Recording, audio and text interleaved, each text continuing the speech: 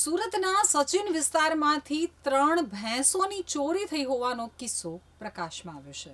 સુરતના સચિન જીઆઈડીસી વિસ્તારમાં આવેલા ગીતા પાર્ક 2 વિસ્તારમાં રહેતા પશુપાલક અમિત શ્રીનિવાસ યાદવની 3 ભેંસો 19 મે 2025ના રોજ સાંજે તબેલાની પાછળ આવેલી ખુલ્લી જગ્યામાં ચરવા માટે ગઈ હતી. થોડા સમય બાદ પશુપાલકે જોયું તો 3 ભેંસો અચાનક ગુમ થઈ ગઈ હતી. શોધખોળ કર્યા છતાં કોઈ ભેંસ મળી ન હતી, જેના પગલે તેમણે તાત્કાલિક સચિન જીઆઈડીસી પોલીસ સ્ટેશનમાં ફરિયાદ નોંધાવી હતી. 3 ભેંસોની કુલ કિંમત આશરે 1.20 લાખ જેટલી હતી. ચોરીના બનાવ બાદ પોલીસે સીસીટીવી ફૂટેજના આધારે 3 આરોપીઓની ધરપકડ કરી, પરંતુ ત્યાં સુધી કતલખાને ભેંસો કપાઈ ગઈ હતી.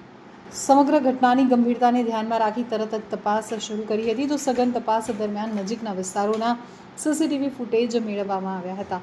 ટોલ નાકાની સીસીટીવી ફૂટેજમાં એક સફેદ રંગની બોલેરો પિકઅપ વાન પસાર થઈ હતી અને આશ્ચર્યની વાત એ હતી કે વાનના પાછળના ભાગે 3 ભેંસો જીવંત હાલતમાં ભરેલી સ્પષ્ટ દેખાતી હતી.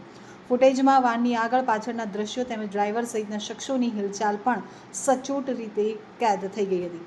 ટોલનાકાના સીસીટીવી ફૂટેજમાં સમય, દિશા અને વાનના નંબરના આધારે પીએમજી વિભાગ સાથે સંપર્ક કરી વાનના માલિક અને વપરાશકર્તાનું નામ શોધવામાં આવ્યું.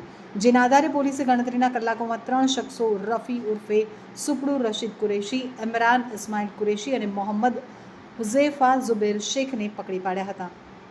ત્રણેય આરોપીઓએ ભેંસોની ચોરી કર્યા બાદ કતલખાને લઈ જઈ કાપી નાખ્યાની કબૂલાત કરી હતી. સમગ્ર ઘટનાને ખૂબ જ આયોજનપૂર્વક અને પૂર્વ નિયોજિત રીતે અંજામ અપાયો હતો.